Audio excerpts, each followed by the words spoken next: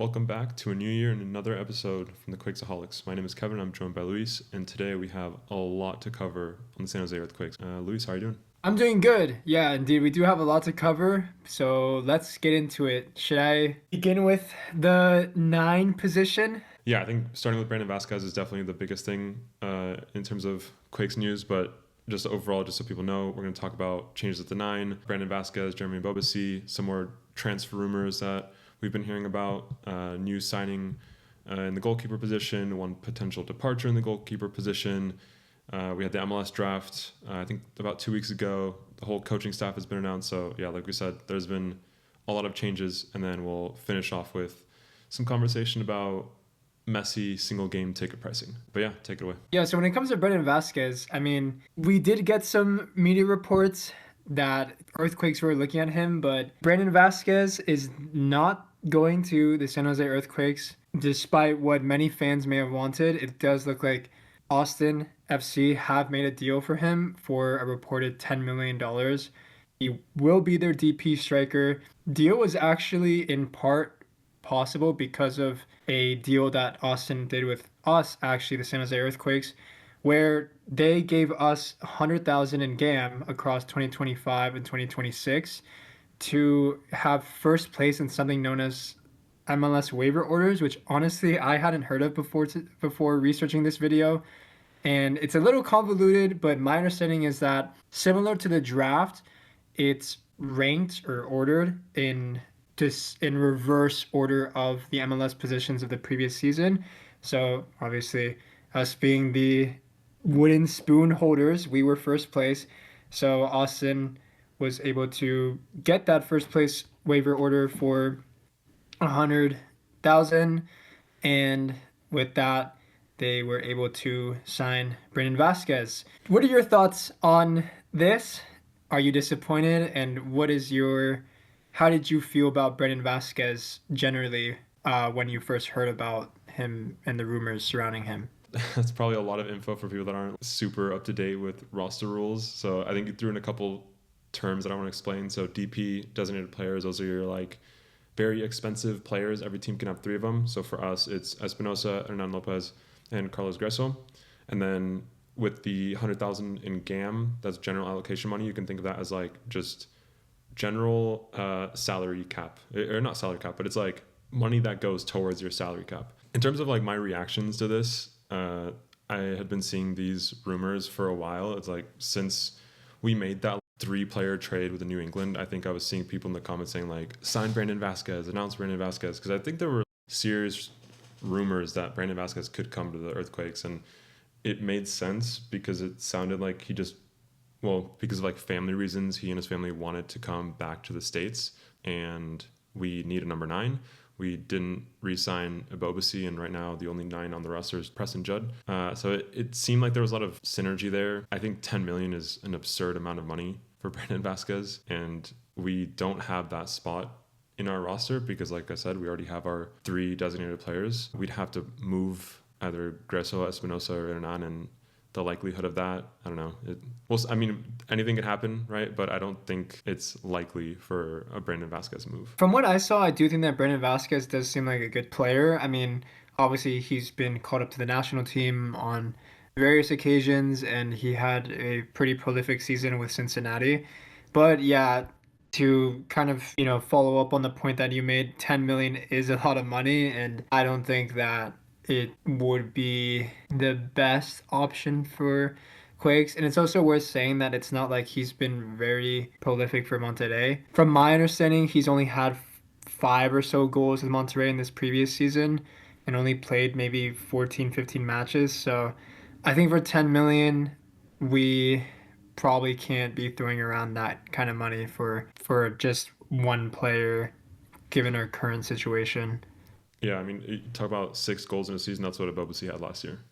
That's not worth $10 million. Yeah. If this was like a serious target for the Quakes, then I think that's a good sign that we're looking for a new number 9.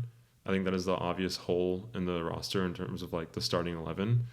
Not even just the starting 11. Like we only have one striker, so if they get injured, we have no striker. But yeah, we'll see. We'll see if the Quakes actually get a 9. I am hopeful, but I think for this money, I think it's good that we passed on Brandon Vasquez. So yeah, I did mention we only have 1.9 now. It's because Ebobisse is out of contract and he has decided to walk as a free agent and signed for LAFC. I don't know the terms of the deal. I truly do not care. This is some. I mean, we talked about this when it happened. I lost my head over this. I thought it was incredibly disrespectful. Obviously everyone has their choice when it comes to like their career and what teams they want to play for, and players are never going to care about the club the way that fans do. That's just I understand that. I think what annoyed me about this is that Ebobisse is going to LAFC and announcing that the day after posting like a thank you and like a goodbye post with a picture of him in front of the supporter section, and I just found it really distasteful to see like that juxtaposition of like you're thanking the fans, but then within 24 hours, you're signing to one of our club rivals. I was reading comments, and I think other people are actually pretty happy for him and more understanding, but maybe that's just like the Quakesaholic in me. I don't know, like I get it, and I mean it's not like he's, San Jose native or anything like that. But yeah, definitely at the same time, it is like kind of annoying, especially because we could see him being like semi-successful in LAFC. Oh, I think he's going to kill it. I think he's going to play really well. And that's why I say, like, for him to make that decision, like, just from his perspective, it is an amazing decision and an incredible opportunity. And I get that. But it's like the rivalries, you know? Definitely. I don't know. I won't be looking forward to seeing him really too much. It'll be whatever to see him in the next season. I think the best representation about how I feel about the whole Ebobisse situation is how the Ultras handled it. The day that Ebobisse posted his goodbye post, the Ultras reposted it, basically saying thank you to him. And then when he announced that he signed for LAFC, within like an hour of the announcement, they deleted that post. Wow. Well, I'm glad someone cares about the heritage of the club. Someone else feels the same way we do. A little bit validating. Yeah. But I still Yeah, do no, think that is actually crazy to hear that. Damn. I still recognize that my viewpoint is probably very extremist, but I don't know. It's like emotions that are valid but not justified is the best way of putting it. Yeah, right. But we are Quakesaholics, so what could Yeah. you expect? Can't help it. It's in the DNA. And so he leaves the Quakes as, what was it, like third all-time goal scorer, adding up all the goals and, dividing the minutes. It was a goal every like 240 minutes, which is like a goal every 3 games. Wow. I don't know. To be honest, I will be somewhat curious about how Ebobisse does, just because I wonder if it was just like the way we were having him play that was leading to him not doing too hot in front of a goal, or if it was like a true, if it's just like a confidence thing. I'm just curious to see what it's like in a different team, in a team that should be dominating and winning games. Yeah, definitely I'll be curious to see what he will look like. Not because, to be honest, because I care too much about Jibo, but more so just out of curiosity more than anything. Yeah. I mean, like I said, I think he's going to do really well. Yeah. So we have 1-9. Hopefully the Quakes can sign someone. Hopefully they don't make the same mistake as last year of starting the season with an incomplete roster, but only time will tell. Something perhaps more positive, depending how you feel on this player. I do have a transfer rumor for you, Luis. I'm pretty sure you have not seen this, because had you seen it, you probably would have texted me or called me on the spot. I was recently listening to a podcast with Gaston Elul, which is, if you remember from the World Cup, the infamous Messi moment after the Netherlands game. Gaston Elul is the primary reporter for the Argentina national team. And so he was talking about the various transfer rumors within the Argentine league. And an interesting name came up. Do you want to guess whose name came up? Argentine League. Well, okay, I would be afraid that it's Espinosa, but the fact that you said that it's good news means that it can't possibly be him. So in that case, my guess would be, oh, Gresso. Yeah, actually. Yeah. Wow. So Racing Club, Oh my God. Racing Club, who just won the Copa Sudamericana, which is, think of like the Europa League equivalent in South America, their coach has actually inquired about Carlos Gresso because they're looking for a midfield reinforcement. Wow. Yeah. I mean, that would be nice, wouldn't it be?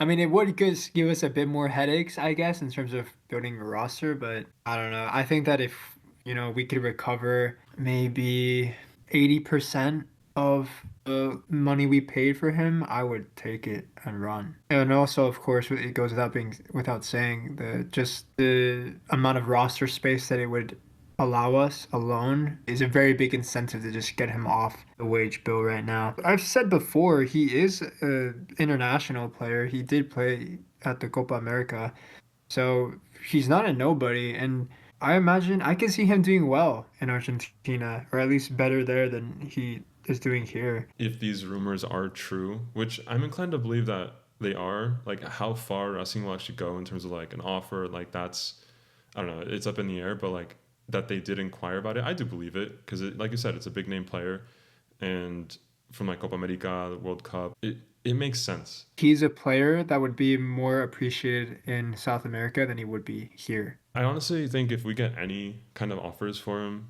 I think the Quakes should take it. I think they should learn from having seen Yule walk and Ebobisse walk, and like you said, recoup some money, make some space in the salary, use that money more efficiently. Because I don't think Carlos Grosso is a bad player. I just think that for how much he's being paid and the fact that he's taking up one of 3 designated player spots, it's a lot of weight for one player, and I just don't think he's performing to those expectations. Yeah, definitely not. That much we can say for sure. And yeah, maybe it's one of those instances where you just kind of take the hit on the chin, take it on the chin, and just try to recoup some money, get him off the wage bill, and look for somebody better suited to play that 6th position. Yeah, so we started with the 9s, moved our way down the field to the midfield. The next news is actually between the posts. So the Quakes are continuing their roster revolutionization. I say that very sarcastically because we're signing another New England Revolution player. This one is a goalkeeper, Earl Edwards Jr. I think this, out of any other news we've seen, is like the most obvious. This is just for depth. This was a move that cost us $150,000 in GAM, so it's not significant in like the bigger picture of the soccer world. And this is a player that has only played 1 match in the past year. The stats are very favorable for that 1 match. Apparently it's 100% save percentage, so it's like an actual wall, but the sample size is very small. So take it with a grain of salt. Yeah, I mean, from just by looking at his profile, he's very tall for one. And, he's 32, but it's a goalkeeping position, right? So typically you can hold on to them well within their 30s, and they do a decent job. And I think that it's good considering we have, turned over a few goalies. So I think that some depth is fine, especially for the price, like you mentioned. Mm-hmm. Yeah. I saw a lot of people complaining about like, why are we signing another goalie? I think there's a lot of perception that we have a lot of goalies, but we actually don't, especially with like the Emi news, which we're about to talk about. We have 2 teams between Quakes and the town, so we need 4 goalies to have healthy depth. True. So I think this was kind of like we should have expected a goalie, and we probably should expect another goalie if Emi does leave. But don't read into it too much. Like Daniel is the starter should he stay healthy. Yeah, so to go into more detail about the Emi situation, it does seem like he has been linked to Cruz Azul for around $2 million with a percentage for a future signing, according to ESPN. I wanted to kind of sing some praises for Emi, just to kind of, it's a guy that I feel like a lot of Quakes fans have heard about for a few years now, despite his young age. He was named Goalkeeper of the Month in September for 2024 in MLS Next Pro, and also signed his first homegrown contract at 14 years old in 2019, and at the time was the 2nd youngest player to sign an MLS contract ever. Wow. And another thing too is this is pretty good for Cruz Azul as well. I mean, for one, he's really young, and kind of like what I was mentioning earlier about, goalies lasting well into their 30s. The flip side of that is usually they take a bit more time to develop. So at 19 years old, obviously he's not really at the level of being a starting goalie for MLS or Liga MX, but of course he has a lot of time to grow, and obviously he there's a lot of potential there.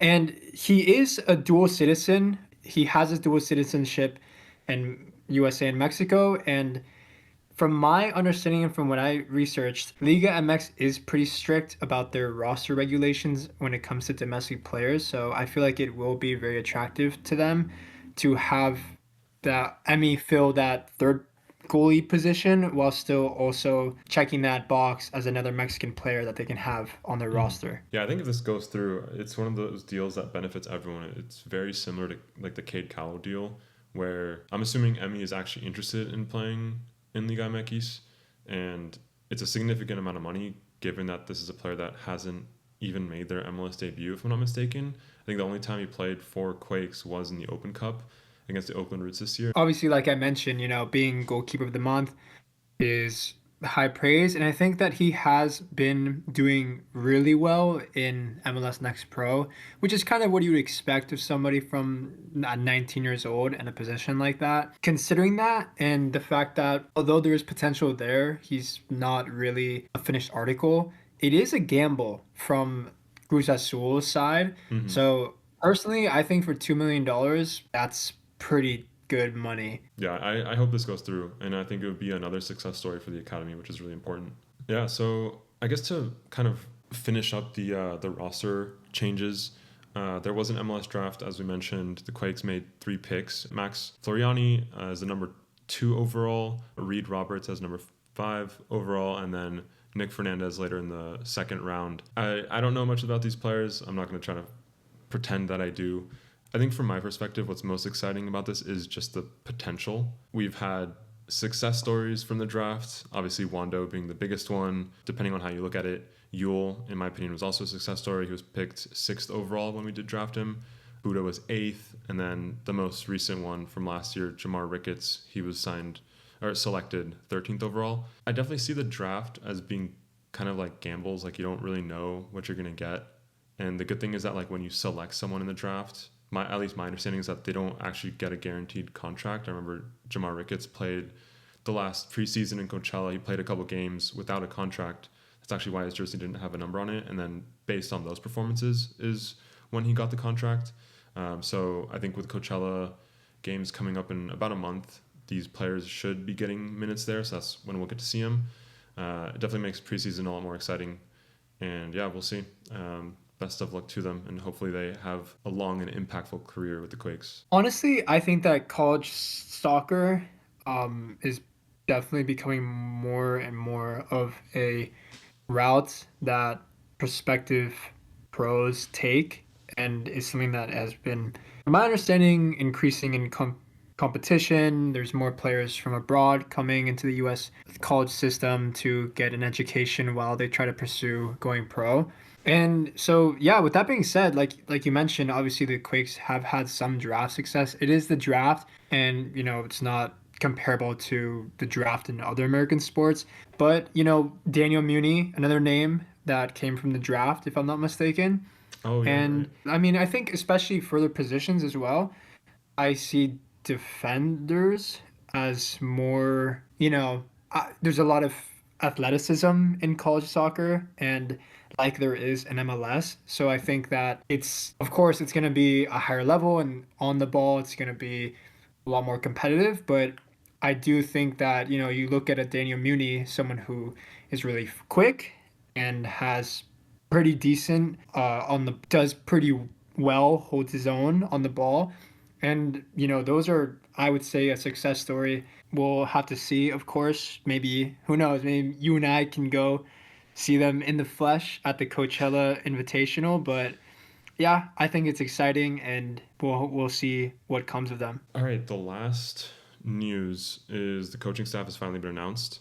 So Bruce Arena, we've known that he's going to be the head coach and sporting director, I think for a couple of weeks now, maybe even more than a month. So there's 3 assistant coaches that have been named, Sirachin, Joseph, and Ralston. 2 of these are actually, they scream Bruce Arena picks. Sirachin was, this is going to be a 6th-time coaching with Arena. I was looking at some of the accolades, and he got MLS Coach of the Year in 2003, where he got the Supporters Shield, and then he's also won the U.S. Open Cup twice. His last managerial position was actually in Israel, and he got his club to qualify for the Champions League in his first year. So lots of promise there. And then Joseph, this will be his second time coaching with Bruce Arena. He was the assistant for him when they won the Supporters Shield with the New England Revolution. And then lastly, Ralston and Brown. These are returning. They've already been with the Quakes for a couple seasons now. So I think it's a healthy mix of probably people that Bruce Arena has chosen and also people that maybe Chris Leach or Jared Shawley have also participated in choosing. Yeah, definitely. I think that, like you said, it's good that Bruce Arena brings in his own guys who he feels comfortable with, but it's also good that there's some continuity as well within the team already. Yeah, we'll see how that plays out. Hopefully they get more wins than last year. Yeah, I hope so. Yeah. I know you were very passionate about this, so I'll let you introduce the last topic of conversation.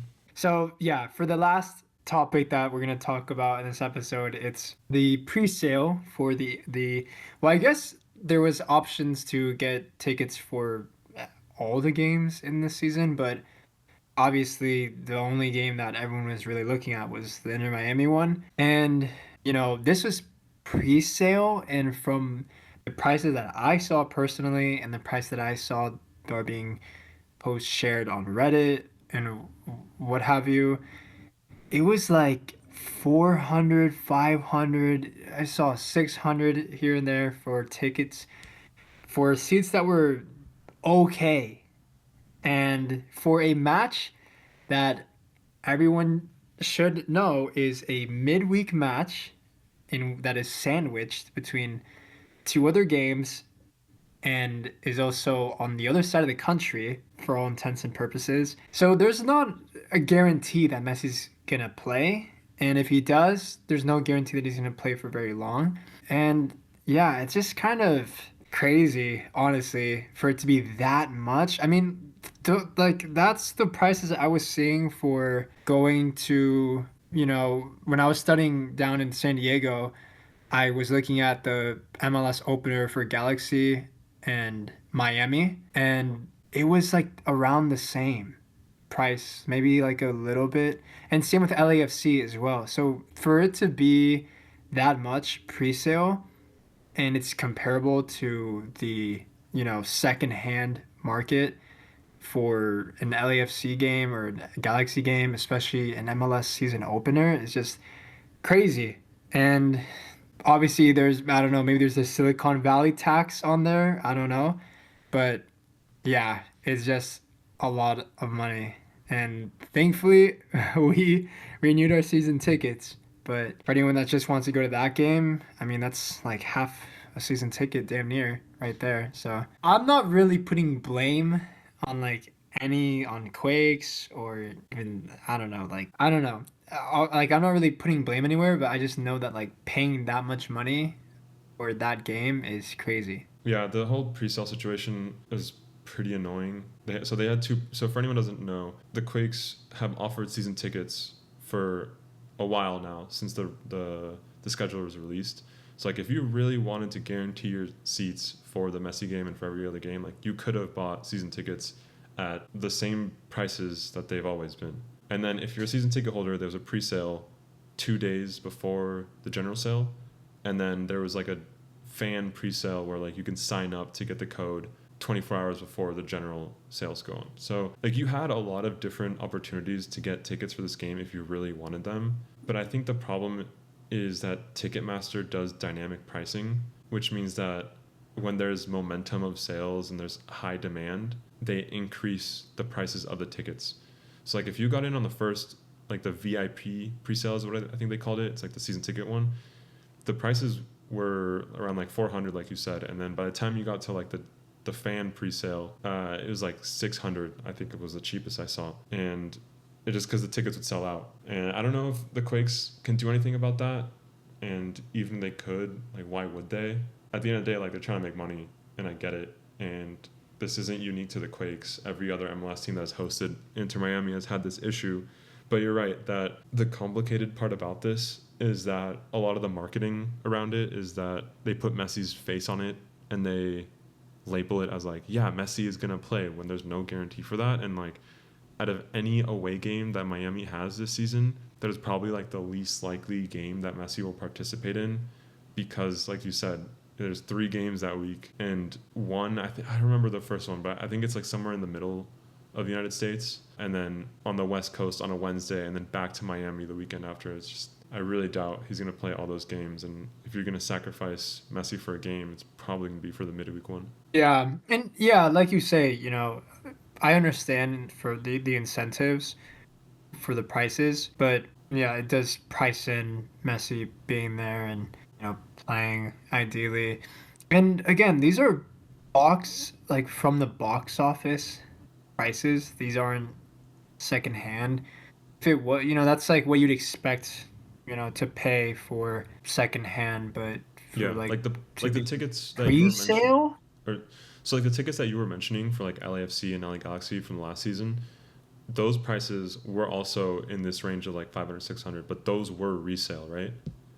That's my point. Yeah. Yeah, that's the point. Yeah, exactly. And like that, I understand, but for pre-sale, and like you got this tags like, oh, like you don't want to miss this, and you go in and it's $400, $500. And my understanding too, like from what I saw on the Reddit, it wasn't just me. Like most people that saw it were also kind of like, okay, that's kind of crazy. And yeah, like I saw that, and then I just kind of looked through, shook my head, and I was like, well, I got on my ticket, and Yeah. it'd be nice if I could bring some of my family, some of my friends, but yeah, it's just Yeah. yeah, I was not expecting it to be that high. Yeah. I mean, I tried getting pre-sale tickets as well to get more tickets for friends, and I signed up for the pre-sale code because I actually, just by my own fault, I missed the season ticket window because I wasn't even thinking about getting tickets, and then I thought about it afterwards, and I signed up for the pre-sale to get the code, and then they confirmed that they would send the code, and then I never got the pre-sale code the next day. And this is all like automated systems, so I'm not blaming anyone, but like, dude, I didn't even get that pre-sale code. Like, what is going on with the club? Yeah, I don't know. Yeah, I don't know. But anyways, it is what it is. Hopefully Messi will be there, even if he just warms up, waves at a few people and sits on the bench the whole time. Like, it's whatever. But yeah, I just thought that kind of crazy, but what can you do, right? It's MLS. What I can promise is that you will see the most creative Argentine play that day, which is Hernan Lopez, and you will see the most consistent Argentine, which is Cristian Espinosa. That is true. Maybe they priced it in for Espinoza and all 3 of the best Argentines in the league in one place. Maybe that's Yeah, what it was. I mean that's what I'll be going for. Like I said, I hope Messi plays, and I hope a capo or whoever it is, I don't know, Nick Lima, I don't care. I hope he gets pockets him up, locks him up, and has people questioning the best Argentine in the league when Espinoza gets a beauty ball assist to whoever our number 9 will be. We don't have a 9, but we Not can Brandon visualize the play. Vasquez. Yeah, exactly. Covered a lot. Covered the 9. Covered the 6. Covered the in between the goalposts. Covered the draft and some price gouging for tickets in Inter Miami. But yeah, appreciate you guys for sticking it out with us if you've made it this far. And from Luis, thank you. Kevin, any last words? I'm just excited to see the Quakes play. Counting down the days of Coachella, counting down the days of the home opener, and I'm just really hoping that we get some news for a new number 9, because I don't want to repeat last season and start the season without a full roster. Yeah, thank you guys, and see you in the next one.